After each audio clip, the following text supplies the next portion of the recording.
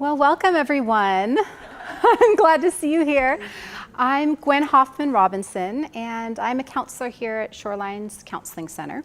And we offer personal, academic, and career counseling for students. So if you ever felt like after this presentation you wanted to talk more about what was brought up or about anything else, please feel free to come see us. There's a sign-in sheet, so just make sure that you've signed in, and then we have an evaluation at the end. I'll leave a little bit of time for you to complete that evaluation. We're going to be talking about body image today, and I wanted to spend a little time talking about my interest in this area. Cheryl, who's here, she's my co-counselor at the Counseling Center, and I both work with college-age students who do have concerns about body image, so it's something that we do see on a daily basis. Also, I've worked at an eating disorders clinic, so I've worked with young women and young men who have suffered from eating disorders. So it's a professional interest of mine, and I also have two young daughters who are 6 and 9. So it's a personal interest of mine because, as you can imagine, eating disorders and body image concerns do not just happen in adulthood. They are things that start in childhood that progress onto more serious issues if we don't consider them. Okay.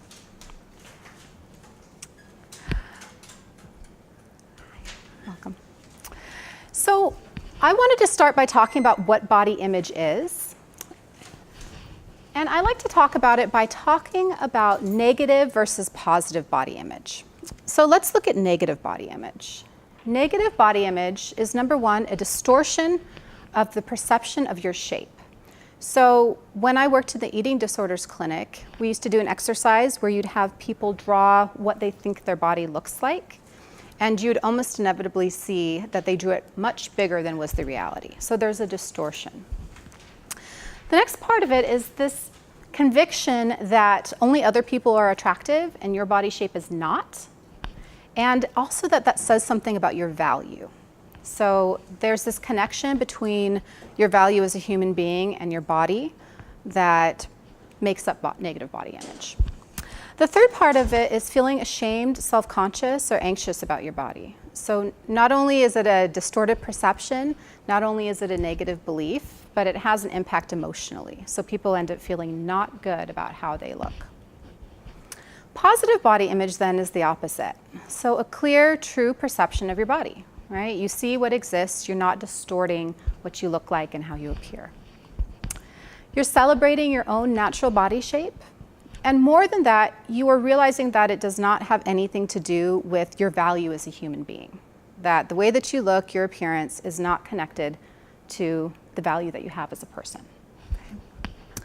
And feeling proud and appreciative of your unique body shape. So you don't have these negative feelings, this feeling of being ashamed, that you feel good about how you look, right? So I think the important part of this is that it is about feeling good about how you look, but it's also realizing that how you look is not connected with your value as a human being. Okay. So this question is for my audience. Why should we care about body image? Why are we talking about it? Ideas?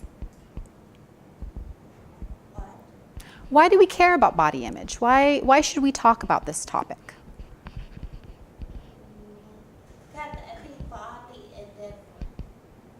Because everybody's different, yes. And we know that culturally, that is not the message. The message is not that our bodies are different and that's okay.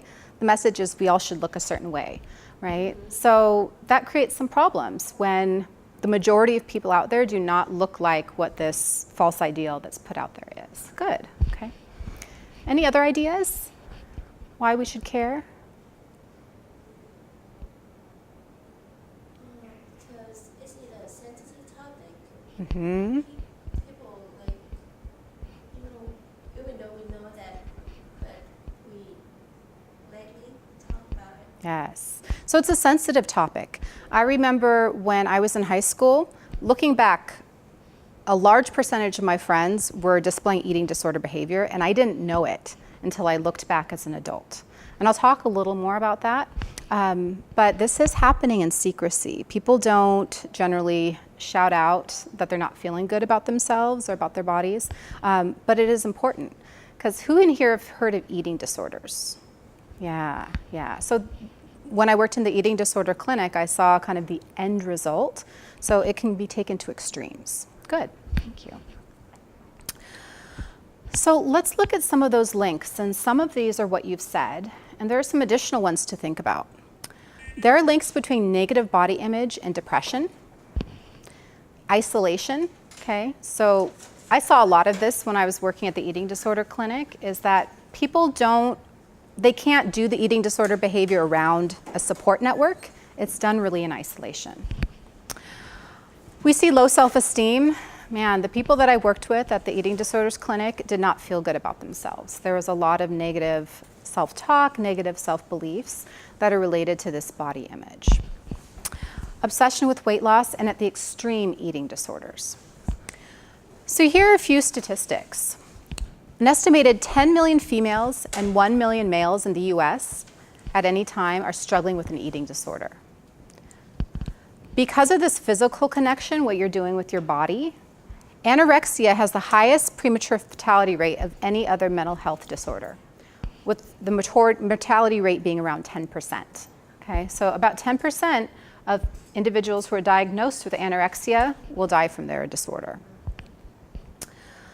Half of teenage girls and up to a third of teenage boys have demonstrated unhealthy weight control measures. So even if it's not full-blown eating disorder, we still know that it can lead to really unhealthy behaviors. Okay. So eating disorders. I want to talk a little bit about this extreme where it can progress to. There are 3 that are recognized. One is anorexia. And anorexia, this is simplistic, but anorexia is really characterized by self-starvation. Okay, so there's actually a very noticeable loss in body weight that is related to starvation, limitation, overexercise. We also have bulimia, which is characterized by a pattern of binging, which means eating a lot of calories all in one sitting, past the point of being comfortably full, and then some kind of purge. So it can be throwing up, it can be overexercising, any of these compensatory behaviors that is kind of making up for eating that amount of calories. And then we have binge eating disorder, which is that binge eating, so eating a whole lot of calories in one sitting without the compensatory behavior. Okay. So eating disorders, as you can see by the descriptions, are very extreme emotions, attitudes, and behaviors around weight and weight loss. And they have severe emotional and physical problems that can really impact people's lives. And all eating disorders require professional help. Because of this physical aspect, that you are controlling your food intake, that you are trying to prevent calories from coming in, they have this medical component that makes it very important to get professional help. So this graphic shows how anorexia affects your whole body. And I want you to notice that it's anywhere from your brains and your nerves to your hair, your heart, your blood, your kidneys. It's really impacting the whole system because you're depriving your body of the nutrients it needs to live. Bulimia, it's the same thing. That when you are going through this period of restricting and binging and compensatory behaviors, that it affects your heart, it affects your brain, and bulimia has a special connection to oral health. So I give this presentation to the dental hygiene program because they see people who have tooth decay, who have swelling in the cheeks, who have a lot of impact on just their oral health. My friend that I was telling you about in high school, she used to have scarring all over her hands, and she told us it was because she worked at a pet store and the birds would kind of peck at her. And looking back at the other behaviors she was exhibiting, I realized it was because she was, restarting the computer. Hold on one second, we're restarting the computer, so let me,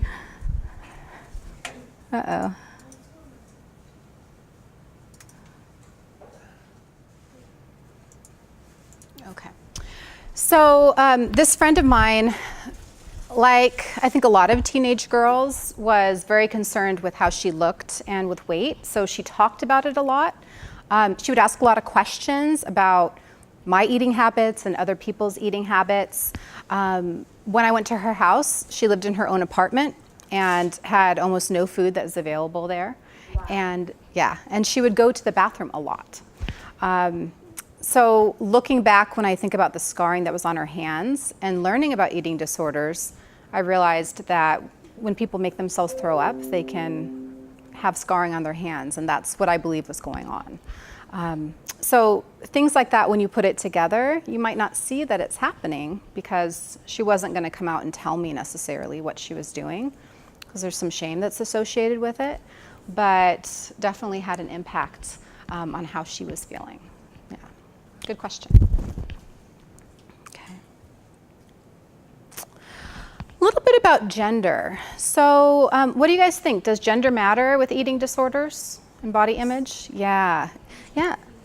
Usually females. So this is true. We saw that prevalence, about 10 million American women and 1 million American men. So it exists, but there is this difference. So men have a lower prevalence of eating disorders. And here's something that's interesting. When you show a female a picture of an idealized, really beautiful, thin model, what do you think happens to her body self-esteem? Any guesses? What's that? It's harder. It's harder? Yes, her body esteem it's harder on herself. It goes down. Can we only eat that much? So when a woman sees a picture of a model, so airbrushed, beautiful, very thin, how do you think she feels about her own body? Not good. You're shaking your head. Yeah, not good. So we do see that happen, and they've measured that in research, that body self-esteem will go down if you view these idealized images. Alternatively, though, with men who view these same images, what do you think happens? It says it up there, but what we see is that the same impact does not happen. Okay, so it does not decrease their body self-esteem on average. Okay, so we know that there's male and female ideals out there, but for reasons that we'll talk about later, it does not seem that there's as big of an impact on men as there are on women. Okay, yeah, interesting.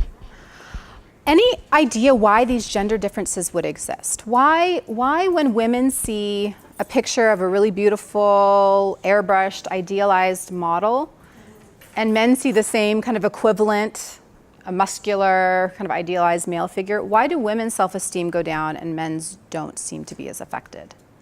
Any ideas?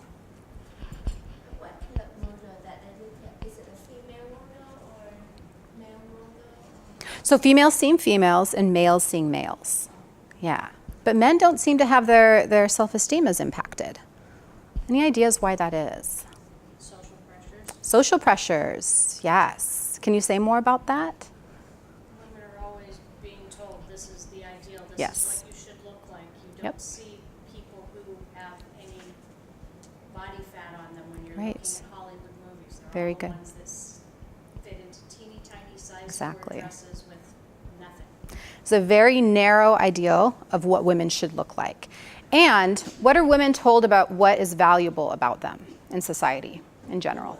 Their looks, right? So there's this value that's attached to it, right? Because men do have that ideal, but what are we told that you have to do to be a successful male in our society?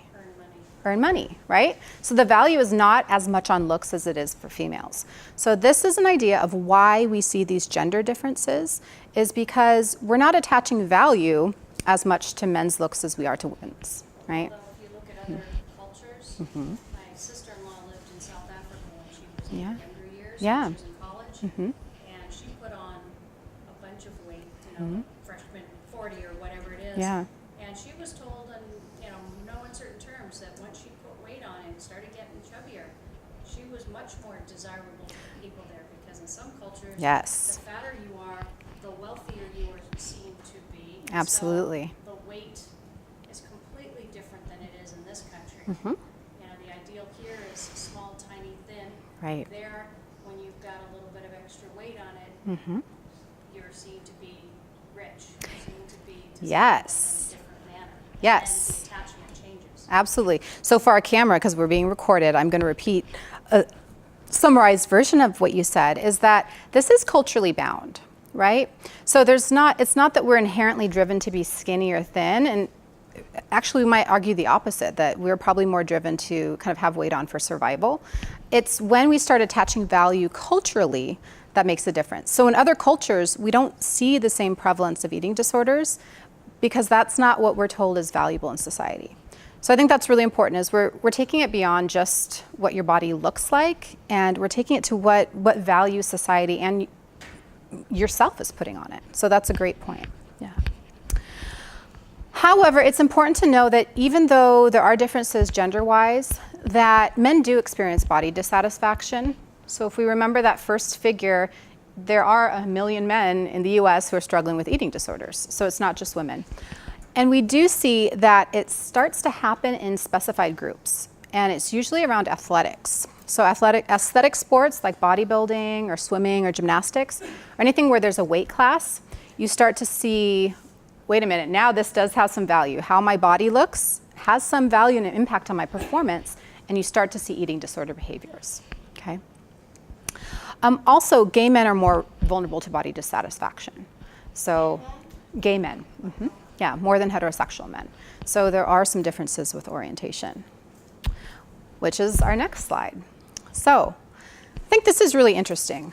All women, regardless of sexual orientation, so gay, bisexual, straight women, are similar in their level of body dissatisfaction and adhere to cultural ideas of attractiveness. Okay, so it seems to be this feature of being a woman, right, in our society. The majority of men, both gay and heterosexual, report satisfaction with their bodies. Now, remember, gay men do report a little bit less satisfaction, a little more dissatisfaction, but still overall, men are reporting being relatively satisfied with how they look. I thought this was interesting. Individuals who are transitioning, so transgendered, from male to female, start to be at enhanced risk for eating disorders. Okay, so yeah, again, it seems to be something about the experience of being a woman in our culture that puts us at very elevated risk, right? So whether we're born that way or that's our identity, seems to be impacted. Okay.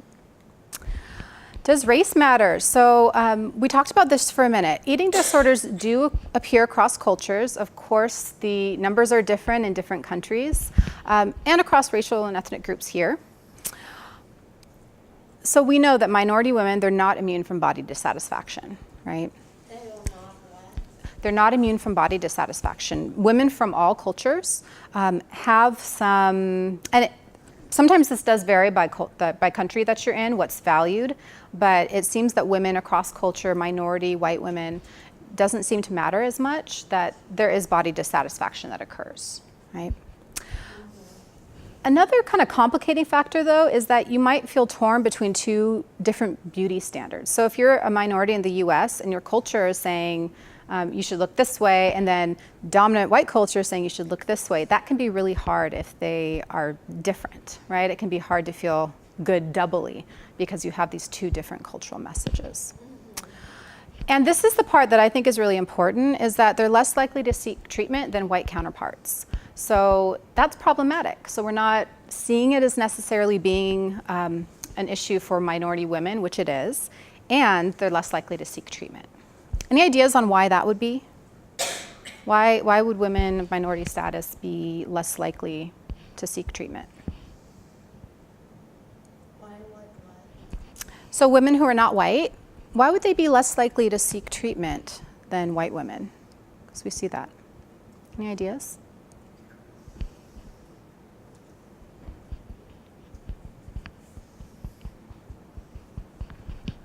No? Okay. Well, we don't know for sure, but we have a couple of theories. So one of them is that minority women and men in general are less likely to seek mental health treatment. It's not as acceptable just across the board culturally for people who are not white. Access can be a problem. right? If you don't have access to services or access to culturally appropriate services, that can be a problem. Also, if we think about who the stereotypical eating disorder patient is, do we think about them being white or do we think about them being minority? Asian, Black, white, right. So if we kind of have this perception on who can have eating disorders, then that's stigmatizing to say, well, I'm not white, I'm in a different cultural group, and I still experience it. What's that?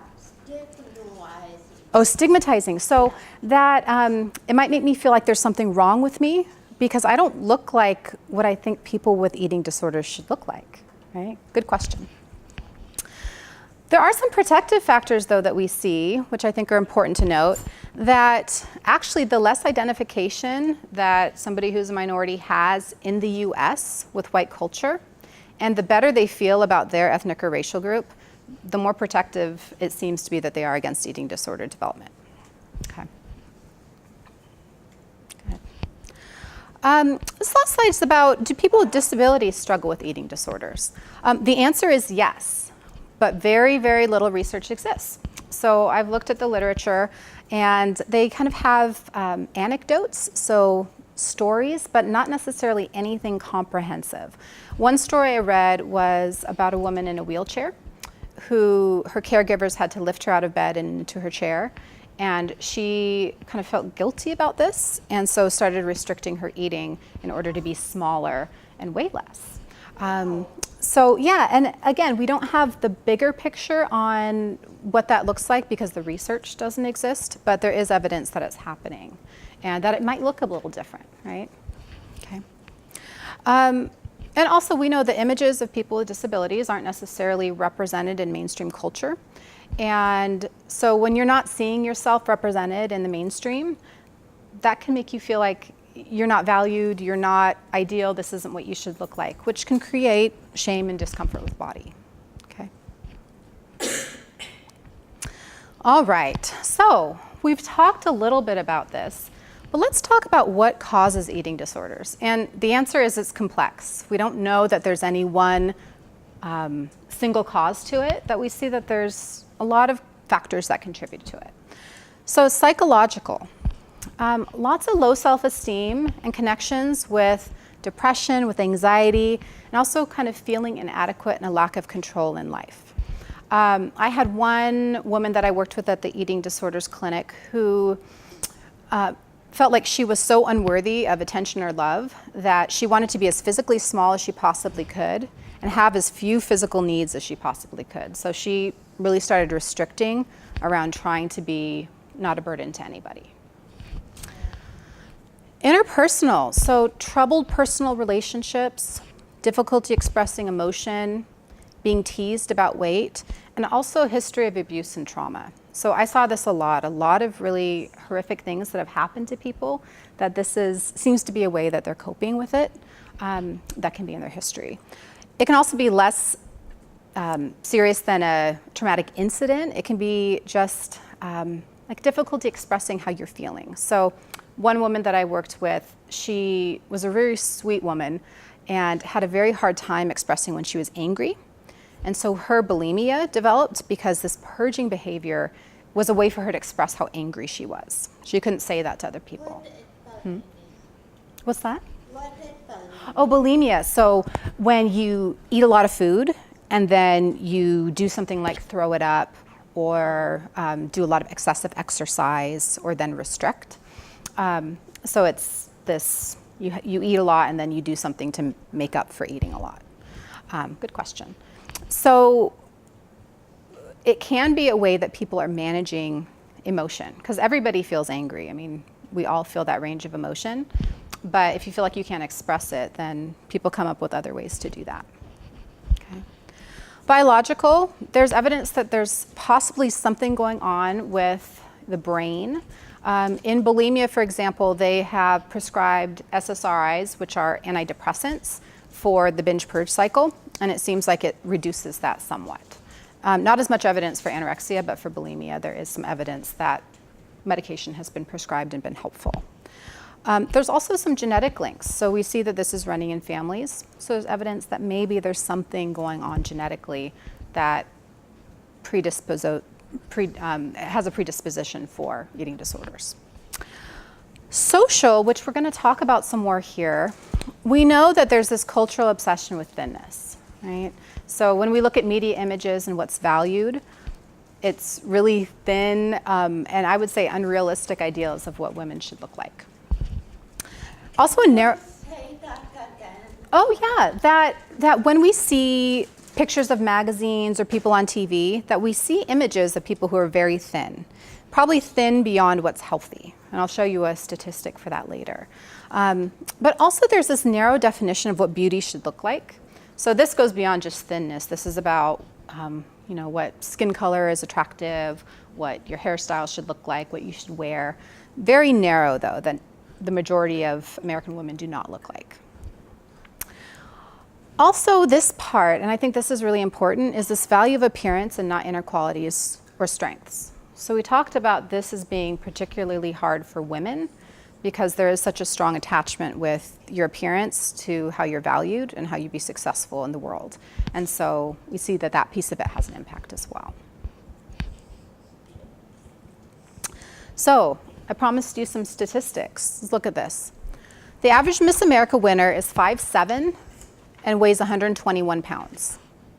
The average American woman is 5'4" and weighs 165 pounds. So is that anywhere close to being similar? No. So who we are putting up there as representative of what this beauty ideal and standard should be does not look like the average American woman. This one is even more startling to me, that the average body mass index of Miss America winners have decreased from 22 in the 1920s to 16.9 in the 2000s. And a healthy BMI is between 18.5 and about 25. So is that number, the 16.9, is that within that healthy average? It's not, okay? So I've seen this if you ever watch those beauty pageants. Yes, question. What is BMI? It's the body mass index, so it's a way of measuring kind of your body fat relative to your height. And we know that you need a certain amount of body fat on your body to be healthy and to function. And what we're seeing is that Miss America, who is put up as the ideal, is not within a healthy body range, right? If you watch interviews, it's interesting to watch what they're going to do after they are in the contest. So you watch the Miss America contestants, and they'll talk about, oh, I'm going to go eat this, or I'm going to go do this. So there's been some restricting that's been going on in order to get to that level, which is not a healthy level. Right? Okay. Early influences. I'm going to show you really quickly. Has anybody seen this Dying to be Barbie infographic? Okay. So I actually have to go over here to do it. So how many people played with Barbies or knew people who had Barbies when they were younger? I did. Okay. So this is showing Barbie on this side compared to an average American woman. I want you to take a look at these statistics too, right? So head, we're doing okay with head. Neck, 9 inches versus 12 to 13 inches. Waist, 16 inches for Barbie, 32 to 34 for American women, okay? So you're seeing that there's a very clear difference, both just visually and with the statistics, between what little girls are playing with. My little girls have had Barbies before, and what the average American woman looks like. If you look down here,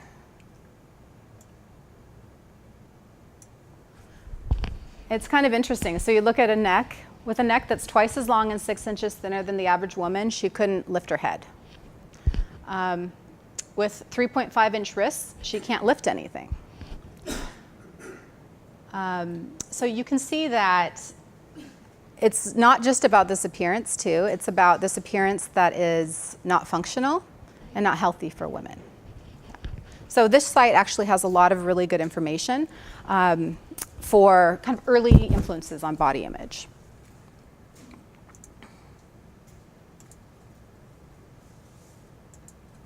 Okay.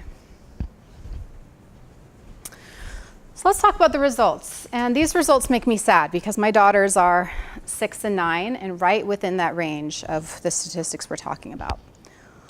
42%, almost half of 1st to 3rd grade girls want to be thinner. I'll never forget when my daughter came home in 1st grade. Yeah. You'll say that again. So 42%, almost half of first to third grade girls want to be thinner. So they know that being thin is something to be desired, and they don't feel like they are there. They're not thin enough. My daughter came home one time in first grade and told me she didn't want to wear her UGG boots anymore because it made her feet look fat. Oh, wow. Her UGG boots, so her kind of fluffy boots, which I think are really cute, but she had associated this with looking fat, and that was not a good thing. And I'm very careful about what I say around her about body, because I know this stuff, but it still kind of seeps in from different sources. So it's disturbing. This is sad too. 81%, so my daughter next year, of 10-year-olds are afraid of being fat. So of all the things to fear, this is something that they are scared of.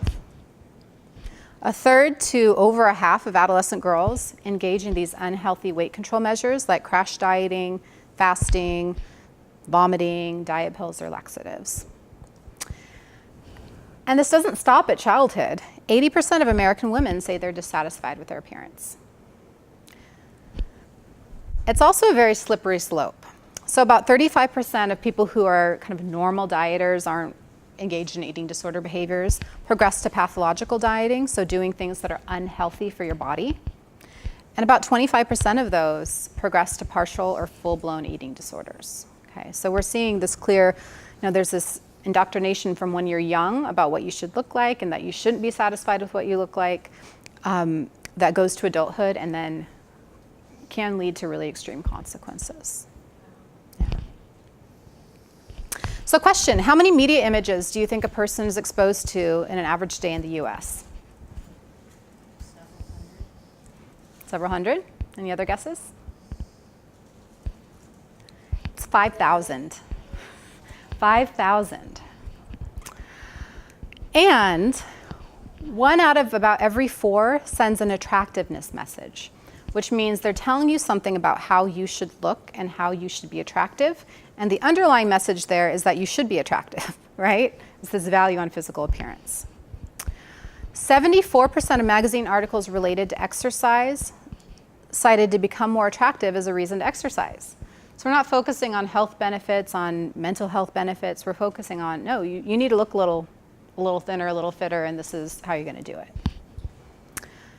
And most fashion models are thinner than 98% of American women, okay?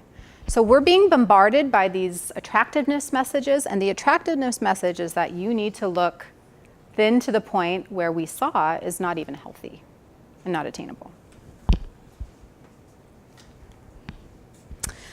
So this is my favorite part of the presentation because it's very depressing up until this point that this is what we're doing in our society to young girls and young men as well. But there is research that's looking into what do we do to increase body image. One of them, and we're going to watch a short video, was an experiment that was done right in this primary age. We're seeing that 10 to 13, remember about 80% of them were scared of getting fat, right? So they're thinking about thinness. What they did is they had this first experiment where they took this group of young girls and they showed them pictures of these idealized magazine models and media images. What do you think happened to those girls' body dissatisfaction when they viewed these media images? It went straight down. Yes, absolutely. So viewing these idealized images, of which we are exposed to 5,000 a day, increases these decreases in body satisfaction. So what these researchers did is they said, what's that? They don't like their body. They said they don't like their bodies. Absolutely. Yeah, because they saw people who are kind of shown up as who you should look like, and they don't look like them, right? So what these researchers did is they said, media images that we put out there, they're not representative of what real people look like. So we're going to show people the false nature of how you create a media image. And when they did this, they showed that it prevented that decrease in body satisfaction, right? So this actually worked. And I'm going to show you guys the video to see what you think. Okay, well, so, very quiet, please. Camera's rolling. And recording sound. Slated.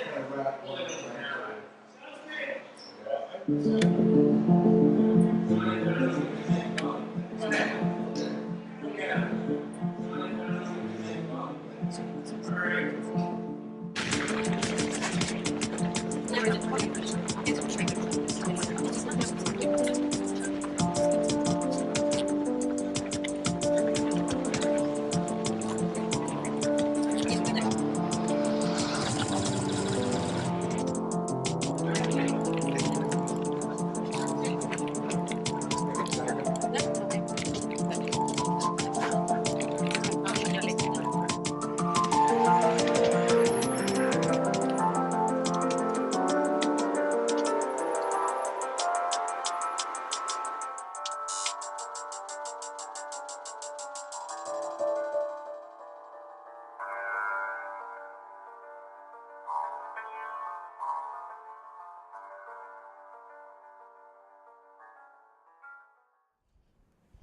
I want you to think about that for a minute. I'm going to pass out some paper, and I want you to just reflect on what you watched in that video, and just write down a word or a phrase that comes up for you when you think about that video that you just watched. So I'll pass these out. When you're ready, you can come on over here, and we're going to put them up on the wall.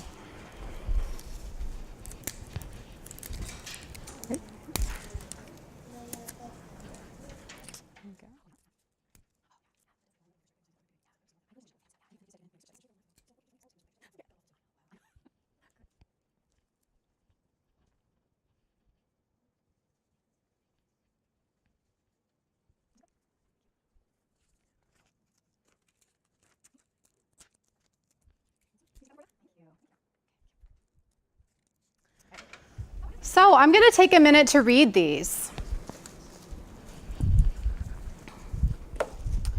We'll start over here. Wow, and not in a good way. Unrealistic, distorted, scared, fear for my daughter. Hairstyle, which my interpretation is that is about even the hairstyle's changed, right? There's everything about this image that's changed. And the other one, I want to be different just like that person. Yeah, so a more positive take on it. I want to be different. I want to, or you were the one who wrote that, right? Yeah. Oh, what was, yeah, could you tell me about that? I want to be different just like that person.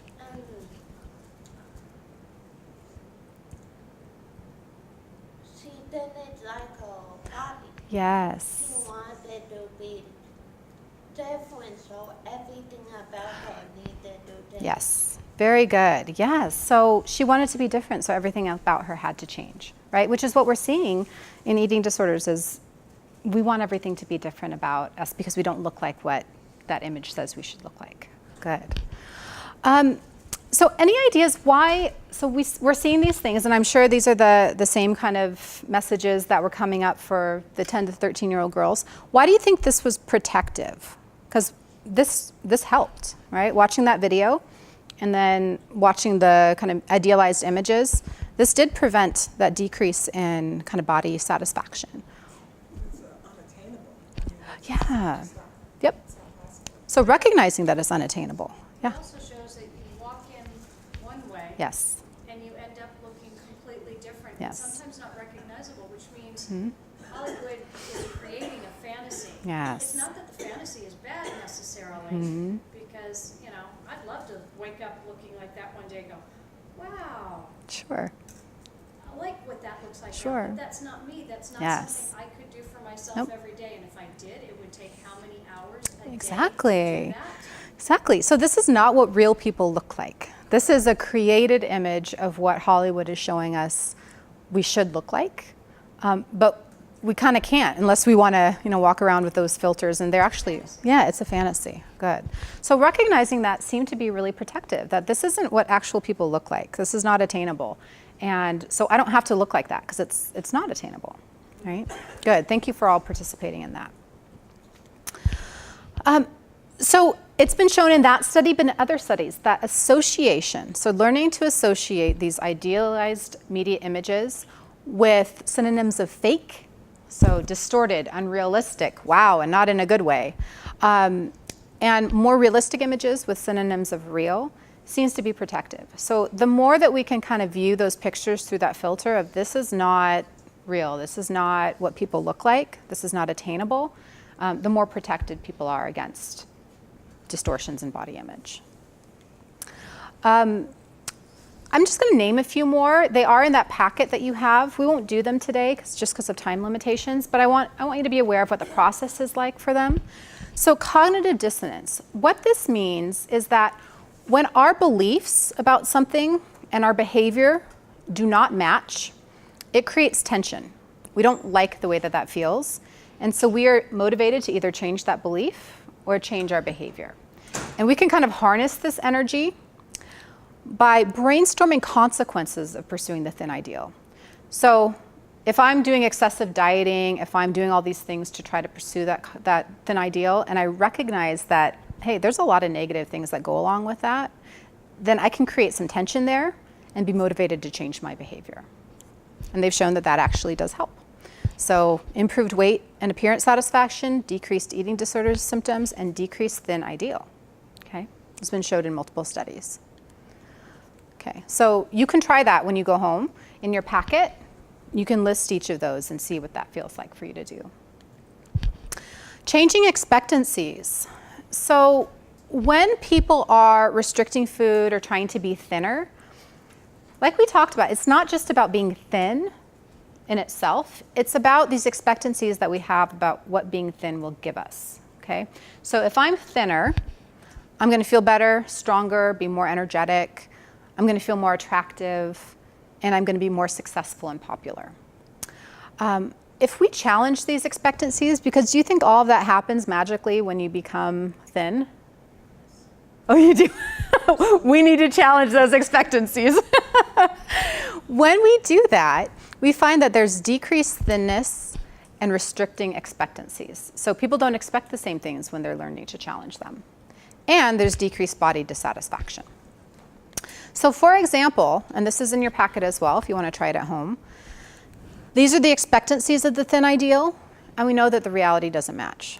Okay, so I'd feel better, stronger, more energetic. What we actually see with eating disorders, from what we talked about at the beginning, is fainting, fatigue, overall weakness. If you are not nourished, if your body is below that critical mass, you're not going to function well. Right? Yeah. Yeah, absolutely. So has anybody ever skipped breakfast or skipped a couple meals? I mean, I know, yeah. How do you feel when you do that? I feel I have a tummy ache at the end of the day. Your stomach might hurt at the end of the day. Yeah. Absolutely. And you might feel weak. I know for me, I get kind of dizzy. My blood sugar goes down and I start to get kind of loopy. Yeah. And sometimes you are too busy to eat lunch. Yes. Sometimes you're too busy to eat lunch. And if It's not good because you'll get fatigued, you'll get yeah. I get a tummy ache. Yeah, your stomach hurts when you skip meals. Yeah. And if you do that on an ongoing basis, that will be your new normal, right? You will start to just not feel good. When you talk to people who have eating disorders, they don't stop feeling hungry. It's something that they learn to live with it, because your body is trying to tell you need to eat, right? I'm not nourished, I'm not able to function, okay? When you don't eat, your brain doesn't have enough nutrients to function. I mean, that's why we see this really high mortality rate for anorexia. This 10% mortality rate is because, well, of a lot of things. There's some other factors, but because there's some physical consequences for not eating. Yeah. Good questions. Wanting to become more attractive.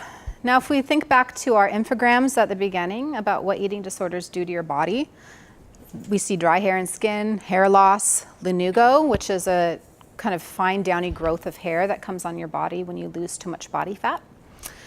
Muscle loss, scarring of fingers, like I told you about my friend, osteoporosis, okay?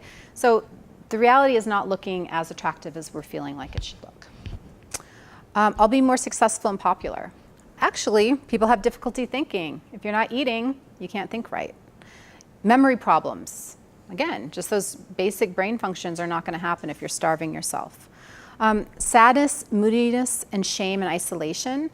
I have to tell you again, eating disorders cannot occur when you are around people, because the behavior takes a lot of attention and takes a lot of secrecy. So people tend to not want to be around people when they're engaged in eating disorders and will distance themselves from other people. So this idea that you're going to be more successful and popular is not necessarily the truth of what's going to happen. And Yeah. you Yeah. much more irritable. Much more irritable. Abs- But I have a That's a good point. Toretto. Yes. I have a Toretto. I had a Toretto, Mm-hmm. but she does have a eating disorder. Oh. Uh-huh. Um, yeah, she likes starving her body. Oh, yeah, that's sad. And you said that you saw kind of the irritability that was happening. Yeah. So when you don't eat, I get pretty grouchy too. And if you're constantly starving, you're not going to be very good. Good. Yeah. So finally, when should I seek help? So my view is that let's not wait until eating disorders become eating disorders. Let's kind of start anytime that there's some negative body image concerns, if you're not feeling so great about yourself, if you recognized yourself in any of what we talked about, start to get some help for that now, because we see that there are things we can do that will challenge some of these beliefs and this negative self-image that happens with body image. Early diagnosis and intervention significantly enhances recovery. So the earlier you can get to it, the earlier it can be diagnosed and treated, the better outcomes we have, and the less likely to go into that 10% who will die from their disorder, and the 90% who are suffering for their disorder, right? Okay. Information and help. I have some resources that are listed on the back of your handout. Come talk to one of us if this is a concern. There's no-cost counseling at Shoreline Community College Counseling Center in the Foss building.